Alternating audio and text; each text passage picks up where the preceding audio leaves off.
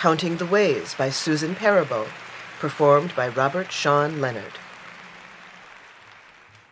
Katie's mother was a real piece of work.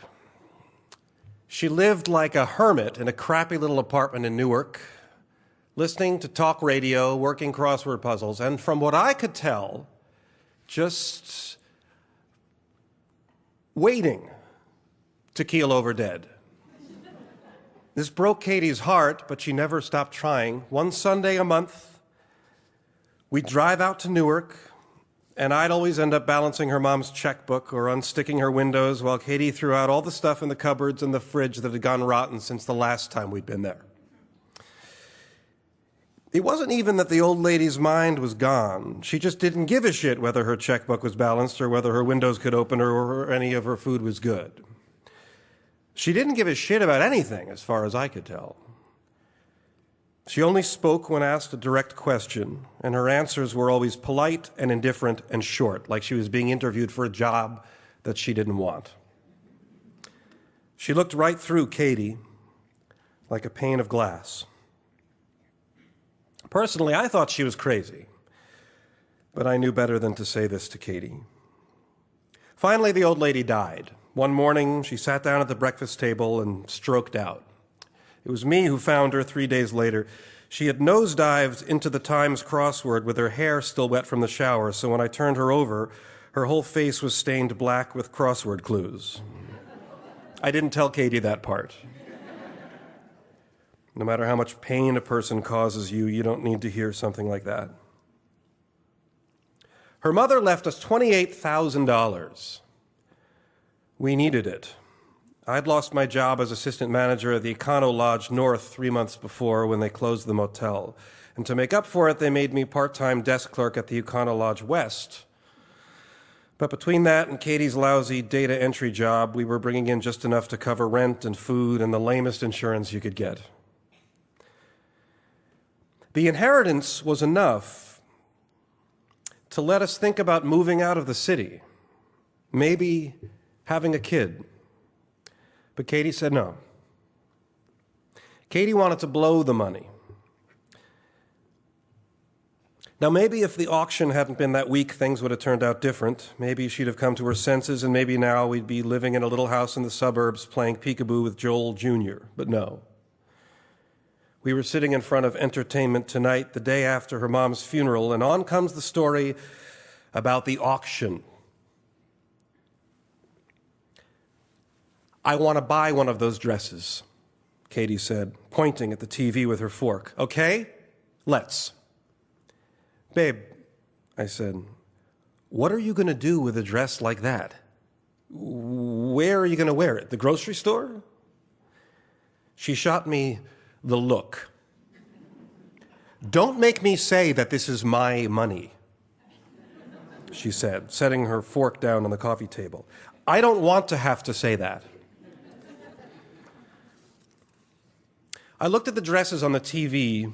Most of them were pretty ugly. I wouldn't have paid $100 for them, much less the 30, 40 grand they were going for. "I want to do something crazy with this money," she said. "Something totally unexpected. Can you understand that, Joel? I want to do something that she would never have done in a million years." "It's crazy," I said. "I'll give you that much." "I've always loved the princess," she said sadly. This was news to me. She'd never mentioned loving the princess before. But I could see she'd made her mind up. You're probably thinking I could have talked her out of it, probably thinking I could have stood up right then and said, "Listen, babe, it's me or the dress." But the truth is, Katie'd had a pretty shitty life. There weren't very many things in the world that made her happy, and if she thought buying one of the princess's old dresses was going to do the trick, then I was willing to give it a try. I'd never seen the money, never laid a finger on the money. It was like Monopoly when you pass go and wind up on income tax. The money just stays in the little slots on the bank. When I got home from my shift the next night, the dress was in the bedroom. It was mossy green, had a curvy neck and a skirt as round as a barrel. She'd bought a mannequin, too, an extra $100. Stood it in the corner of the bedroom by the wastebasket. The mannequin had a shiny bald head, and its eyes were the size of peanuts. "What do you think?" Katie asked. She was standing beside the mannequin with her hand resting easy on its shoulder like they'd been best friends since kindergarten. "It looks like an alien," I said. She scowled. "The dress, Joel. What do you think of the dress?" "It's nice," I said. What could I say? It was a green dress. "She danced in this," Katie said. "She went to a ball and danced in it. Her skin touched it." I unbuttoned my yellow Econo-Lodge shirt and bowed to the mannequin. "Princess," I said, holding out my hand, "may I have this dance?" I lifted the mannequin and held it tight against me, pressed my nose against its hard shoulder. The dress smelled like a sandwich bag. I twirled the mannequin around and around in circles, singing papa, until I was dizzy. Katie sat on the bed, clapping and laughing. "Look at you," she said, "my handsome prince."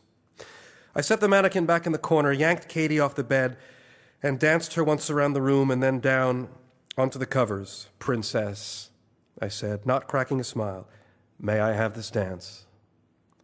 She giggled and got all red in the face. She giggled and got all red in the face. This never stopped amazing me, how your own wife could blush when you started making love to her, get all lit up like you had just moseyed out of a fairy tale, like she didn't throw your underwear in the washing machine every week or pick your hair out of the shower drain, like she didn't know what a screw-up you were. Besides Katie, I have fallen in love with lots of stuff. I've fallen in love with baseball bats and old shirts and fat steaks and movie theaters and street signs and tire swings. But that summer, I fell in love with a green dress. We both did. We treated that dress like a lover and a baby and the old blind family dog. Part of it was the money, but it was more than that. It was the way she stood there in the corner, hearing everything and seeing everything, taking it all in and never asking for anything back. We stopped smoking in the bedroom. When it was nice out, we'd open the blinds and let the afternoon sun fall on the green shoulders. One day I came home from the grocery store. I heard Katie talking in the bedroom.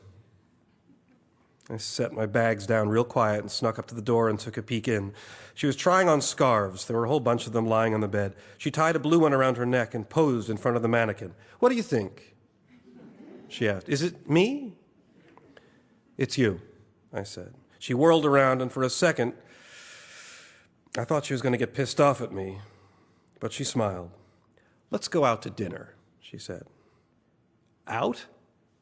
I couldn't remember the last time we'd been out to dinner. I couldn't remember the last time we'd eaten off anything besides the coffee table.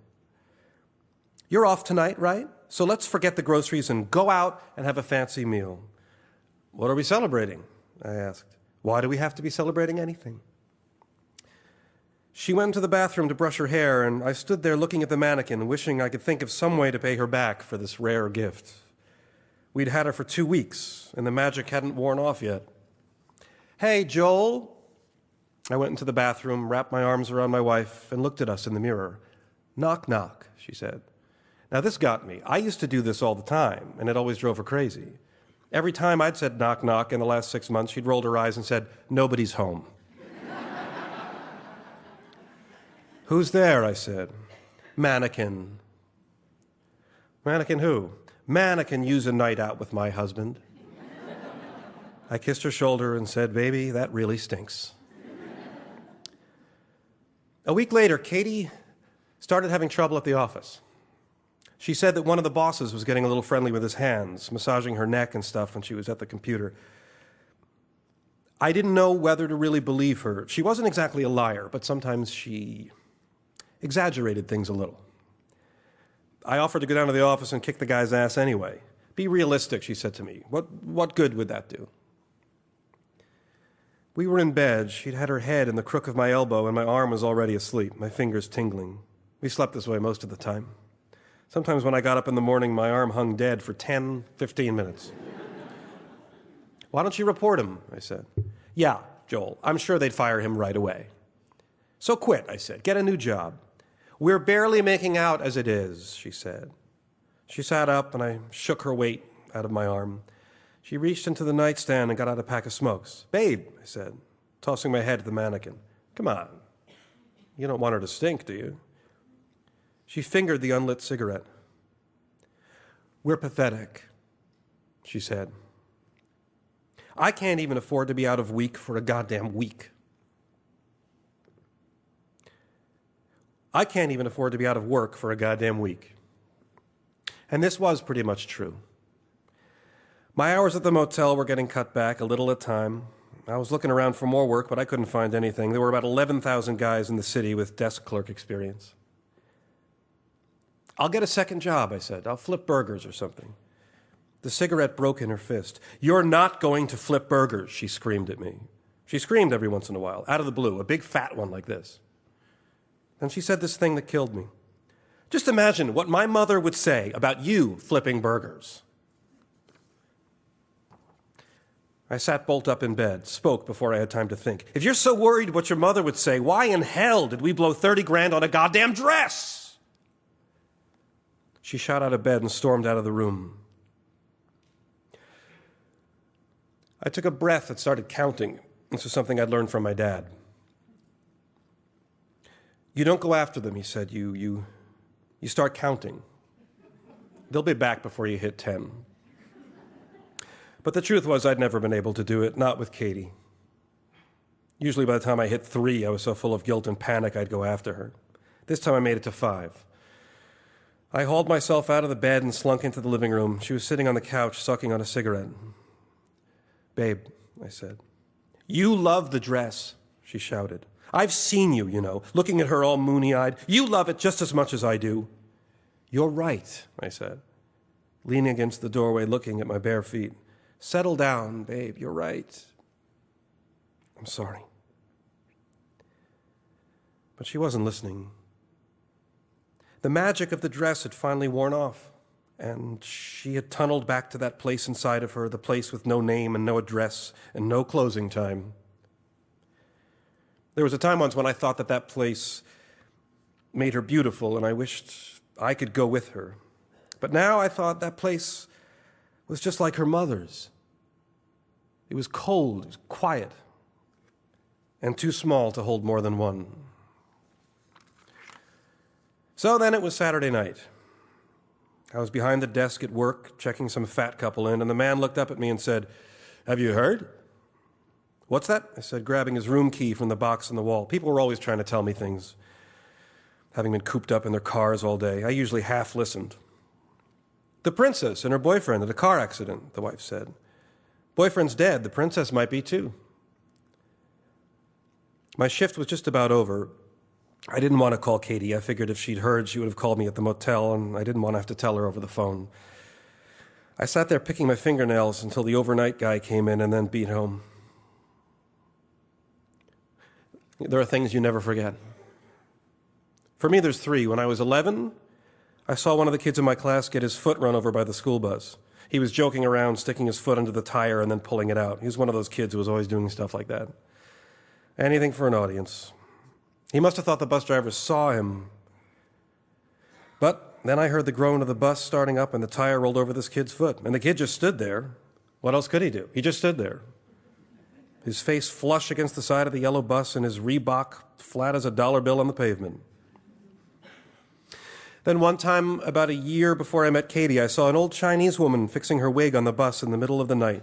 She was using the window as a mirror and kept tilting the wig this way and that, but no matter which way she tilted it, it still looked like a hat. Then finally she just took the wig off and held it between her knees and pet it like a cat.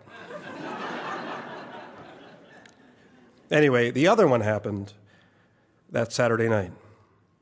I swung open the door to the apartment, saw Katie. You're sitting on the couch, all wrapped up in a brown blanket like a big caterpillar. Right next to her, standing propped up in the middle of the couch, was the mannequin. They're both looking at the TV, exactly the same expression. Then the guy on TV goes, "The silence is disturbing." "Is she dead?" I asked. "We don't know," Katie said. She didn't even look at me, and I wondered who the we was. We as in the whole world? Every poor slob sitting on pins and needles in front of his TV at midnight, or we as in Katie and the mannequin? What happened? I asked. They were going home, she said. I didn't say anything else. I went into the kitchen and grabbed a couple beers, went and sat on the couch on the other side of the mannequin. I cracked my beer, then Katie's, but when I held it across the mannequin's skinny shins, she wouldn't take it. We've had no word for some time now, the TV guy said. One can only imagine this means that the injuries to the princess may be more severe than we were first led to believe. Jesus, I said. I reached across the mannequin again, set my hand on the blanket where I supposed Katie's knee would be, but she jiggled herself and my hand fell away. The TV guy had his fingers pressed against his earpiece. Behind him, a whole bunch of people were sprinting around with sheets of paper in their fists, yelling stuff. I started to feel sick to my stomach, and I wanted to turn the TV off, take my wife for a drive, pick up vanilla shakes like we used to do, and drive around the city talking about what we were going to be when we finally grew up. We're getting a report now, the TV guy said. I'll give him this. He didn't look excited, like some guys do when they tell you about a plane exploding or somebody shooting up at McDonald's. He looked like he'd rather be anywhere other than in our living room. We're getting an unconfirmed report now, he said, that the princess has died. I felt my hand moving again. I was going for Katie, but I felt the folds of the green dress under my fingers, and I held tight. I wanted to throw up, so I set down my beer. Katie whispered something. What? I said. It's unconfirmed, she said. It's unconfirmed. But I knew what that meant. Only that it meant nobody important would say the words, but that the words were out there already. And I imagined how she was lying on a table in a room all alone, and the tubes were already unhooked, and she was already growing cold. 2 hours after it was confirmed, and Katie had baby-stepped her caterpillar self to bed, I was still sitting in the living room, my feet on the coffee table, stinking drunk and chain-smoking the last of the cigarettes we had in the house. They were showing pictures of the car being towed out of the tunnel, its front end crunched like a wad of tinfoil, the mannequin still standing beside me, and I was just plastered enough to pull it over onto my lap and let its little head rest on my thigh. I straightened out the sleeves and set the collar right. You're probably thinking I kissed it or something, but I didn't. Wouldn't have seemed right, even as drunk as I was. Them talking about how she held out alive for a time, asking questions, how it took an hour just to cut her out of the car, how her boys were likely just now being woken up by their father. I just let my hand rest on the sleeve and stared at the pictures, which were clouded from the smoke in the room and blurry from the beer in my head.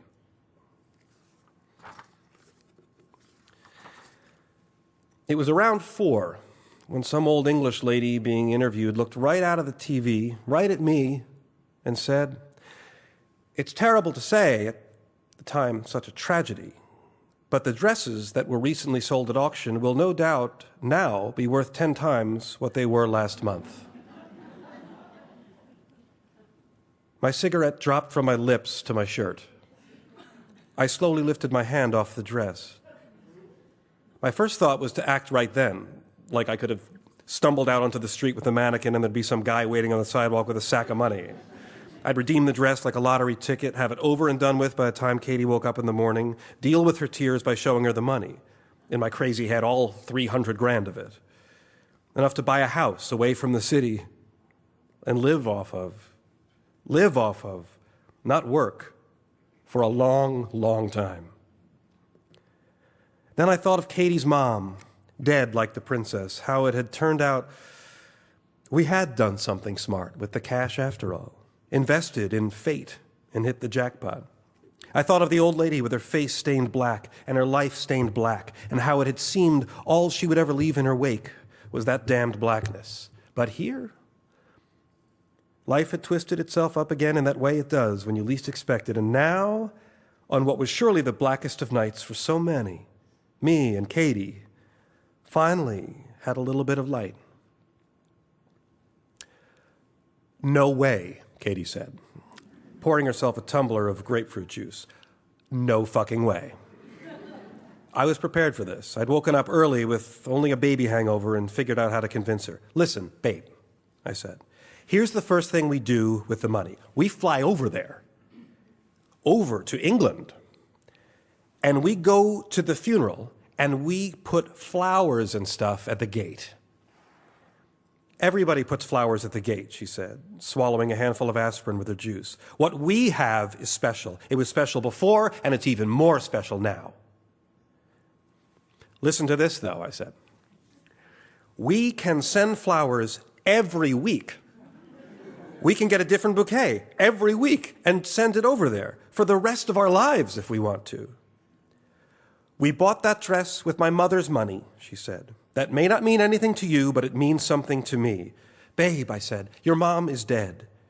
Don't you think it's about time to move on? Move on. Those words were foreign to Katie.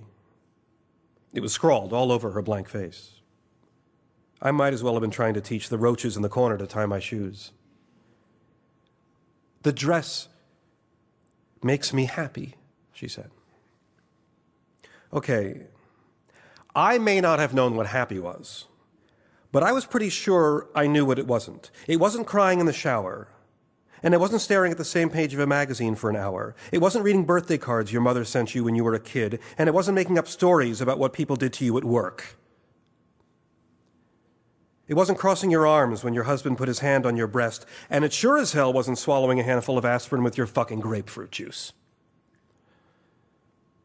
I should have said all this. Hell, any of it. But all I could think of to say right then was, we can have a real life, Katie. She dropped her tumbler in the sink, and it clattered around in there for a couple of seconds. Then everything was quiet. Except a couple of blocks away, some idiot's car alarm was going off, whooping it up for the whole neighborhood. We have a real life, Katie said. Okay, then. A better real life. She snorted, and I felt it coming. There was only one thing to do when it was coming, and that was batten down the hatches, close myself up so whatever shit was about to fly out of her mouth wouldn't be able to touch me. Better? She said. How are we going to be better? You'll still be the same stupid old you, and I'll still be the same stupid old me, and we'll still be the same stupid us. What's so fucking great about that? She walked off and left me standing there in the kitchen. A second later, the bathroom door slammed shut. At this point, there was no point. She'd hit bottom, and I'd learned a long time ago that when she was at the bottom, there was no rope long enough for me to haul her out with.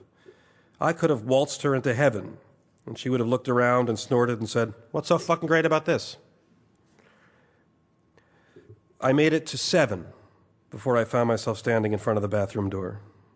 The wood was cheap, thin enough to knock down in one good shove. The sound of my knocking, the familiar hollow sound. "Babe," I said. "Hey, babe, you okay?" When I got home from work that night, the apartment was spanking clean. There was a bottle of champagne sitting in the middle of the coffee table. "Katie?" I yelled. She came floating out of the bathroom, all light and smiles, pointing a long finger at me, and broke into song. "If you were a rich man," she sang.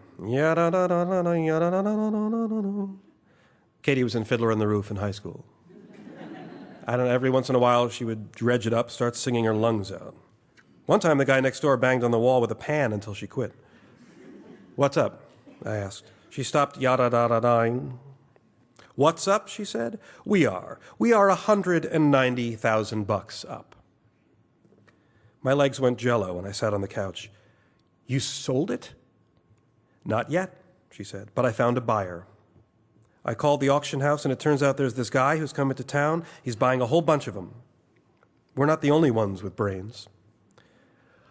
190 grand? "That was his offer," she said. "I took it." I was reeling. I wanted to ask her what it was that made her change her mind. After all that crap about her mother, all that crap about Happy, but no, I thought, why start? This was what I wanted, wasn't it? Even then I knew that what I wanted had nothing to do with what went on in her mind. Her mind shifting like the wind, sweeping me along whichever way she wanted to go. "Open the champagne," she said. "There's more in the fridge. I quit my job, and I told that moron downstairs that we'd be moving at the end of the month." Moving? She sat down next to me and grabbed my arm. "Like we always talked about. We can buy a house now. We can get a big dumb dog from the pound and roast marshmallows in the fireplace every night. Can you imagine?" Looking at her face, her eyes, I could. She popped the cork on the champagne and exploded all over us, knocking me out of my daze. I licked it off her neck and sucked it out of her hair, and we kissed on the couch until the bottle was gone. Then we went for bottle number 2 and headed for the bedroom. She was there in the corner. Katie had gotten the plastic bag out of the closet, and it was hanging over the curtain rod. "Let's put it in the bag," Katie said. Now I was already halfway out of my pants. "Now," she said. She flopped down across the bed on her stomach and propped her chin in her palms. "We don't want to look at the dress all night," she said. "We'll just feel too guilty." I stepped out of my pants and approached the mannequin. Suddenly, I felt funny, standing there in my shorts about to take the dress off. I felt like I was in 7th grade, and I blushed. "Come on, Joel," Katie said. "Strip her." I wondered if she was getting some kind of weird kick out of this. You never knew with Katie what was going to get her going. I stepped carefully behind the mannequin and started working on the top button. It was tiny, tight, and I was drunk. I couldn't get the damn thing unbuttoned. I looked over her shoulder at Katie. "You do it," I said. She smiled. I was starting to get pissed off. I kept fumbling with the button and finally got it done, went to the next one. I was wondering, who else had unbuttoned this dress? The prince? Some lover? Or the maid? Or whatever, like in movies? Some fat-cheeked woman who undressed the princess and then tucked her into bed with a cup of tea? Finally, I reached the last button. I came around to the front of the mannequin and gathered the skirt in my hands, and I gently lifted it above her hips. I had to swivel the arms up to get the thing off her head. And when it was off, I slipped the bag over it, went to the living room, hung it up in the kitchen. Then I went back into the bedroom. Katie's clothes were in a pile on the floor, and she was under the sheets, staring up at the ceiling. "You want some more champagne?" I said. "Nope," she said. "Just you." I clicked off the lights, stripped off the rest of my clothes, and slid under the sheets beside her. "Are you happy?" I asked her. "Yeah," she said. "Really?" "Really," she said. I had drunk enough champagne to flatten a moose. But after Katie fell asleep, I lay wide-eyed in the dark bedroom. I kept trying to think about what I would do with all the money. But every so often a sweep of lights came across the window and lit up the mannequin, and I couldn't help but stare. She was pale now, naked, her breasts nippleless, the area between her legs smooth and sexless like a Lone Ranger toy I had when I was a kid who, when I took off his cowboy pants, had no penis, no balls, no nothing. Her arms were still swiveled over her head, and there was a wide scar across her waist where tomorrow we would unscrew her and toss her into a dumpster out back. She was looking at me with those eyes. We were set to meet the buyer at the Hilton. At 10:30, we rolled out of bed, grabbed the dress, went out front, and waved down a cab. I was starting to feel sick, the champagne from last night still churning in my stomach. I glanced over at Katie. She looked a little sad. I wanted to ask her what she was thinking, but she was watching the city go by, and she didn't look like she was in the mood for talking. By the time we were in the lobby of the Hilton, I could taste the bile at the back of my throat, and I told Katie to go on up to the guy's room, that I had to go to the John and toss my cookies. I didn't think the guy would mind waiting. She looked mad. "Baby," I said, "I don't want to barf all over the guy." "Okay," she said, "but hurry up." It took me about 10 minutes to get presentable after puking. I washed up and slicked down my hair and tucked in my shirt and took the elevator up to the 6th floor where the buyer was staying. I went to room 604 and gave the door a good rap. The guy opened it. He was an old guy, had a gray beard and rectangle glasses. He was wearing a red cardigan sweater that was kind of faded, and, well, he didn't look like a guy who'd have $1 million to spend on dresses. or anything for that matter. He put his hand out. "Joe?" "Yes, sir," I said, like he was the principal of the Hilton. "You're late," he said. I shrugged. I had to make a pit stop. I wished I'd thought of something else to say, but it got out before I could think of anything better. I looked over his shoulder for Katie. "Where's the dress?" he asked. Right then, I could hear all the clocks in the hotel ticking. I could hear them so clear. It was like they were right behind my eyes, ticking away my life. "My wife has it. She's not here?" He stepped back to show me the room. There was a glass pitcher of Bloody Mary on the desk, and 3 gray suits hanging in the closet, and half a muffin on the table, and Granny Clampett was on TV playing the ukulele. "She came up before me," I said. "She must have gotten off on the wrong floor or something." "Shall we have a drink while we wait?" Sure," I said. I followed him into the room. My palms were all sweaty, but I took the glass in his hand and drank the Bloody Mary in one big gulp. He raised his eyebrows and poured me another, then flipped off the TV. I sat down on the bed holding the glass in my hands. "How long have you had the piece?" I looked at him. I must have looked like a retard. I felt like a retard. My thoughts slopping through my head like syrup. "The dress," he said. "How long have you had it?" "About a month." He looked at his watch. "Shall we call the front desk?" Why?" "To see if your wife's there. Lost, perhaps." I shook my head slowly. "She's not lost," I said. "She's gone." He sat down beside me, and the weight of the bed shifted, and I nearly fell over on top of him. In a way, I wished I had. Sometimes you just want to feel somebody's hands on you. "Gone?"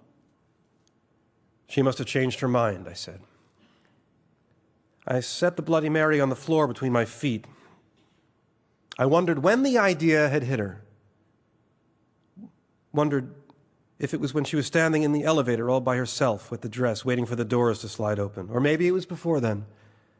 In the cab when she was staring out the window, the excitement worn off and the realization coming on that it was just another sad day like all the rest. "Well, surely she's just..." the guy started. "No," I said, "no. I should have figured." He frowned. I thought he was going to be mad at me, tell me to get the hell out of his room. He had other fish to fry. He was a big shot. But he stood up and looked into the mirror. He stared into it. He looked past himself for a long time. "Well," he said finally, "she must be waiting for you somewhere." "Yeah," I said, "she must be." Then I started counting, without even thinking about it. On 3, I looked at my feet, waiting for them to move, but they didn't. On 6, I took a deep breath and waited. On 6, I took a deep breath and waited for myself to stand up, but I didn't, and I couldn't figure it out. When I hit 10, I got up slow, but instead of heading for the door, I walked to the window, looked down 6 floors to the sidewalk in front of the hotel. She was there, all right. The dress was folded over her arm, and her hair was taking the breeze. She was just waiting, standing still in the middle of the crowds moving past. She must have been thinking that I'd be down any second to tell her I didn't care that she'd changed her mind, to tell her that whatever she wanted was A-okay with me. And who could blame her? What had I ever done to make her think I could do anything else? I opened my mouth to ask the guy if he minded if I hung around a little longer, maybe had another drink with him, but when I turned my head to ask, he was already behind me holding out my glass. I took it from him, turned back to the window, looked below me at all the people swarming the sidewalks who didn't know me and didn't know Katie and didn't know that this time she was going to wait there forever. The old guy in the sweater. He was the only one who knew, and I didn't even know his name.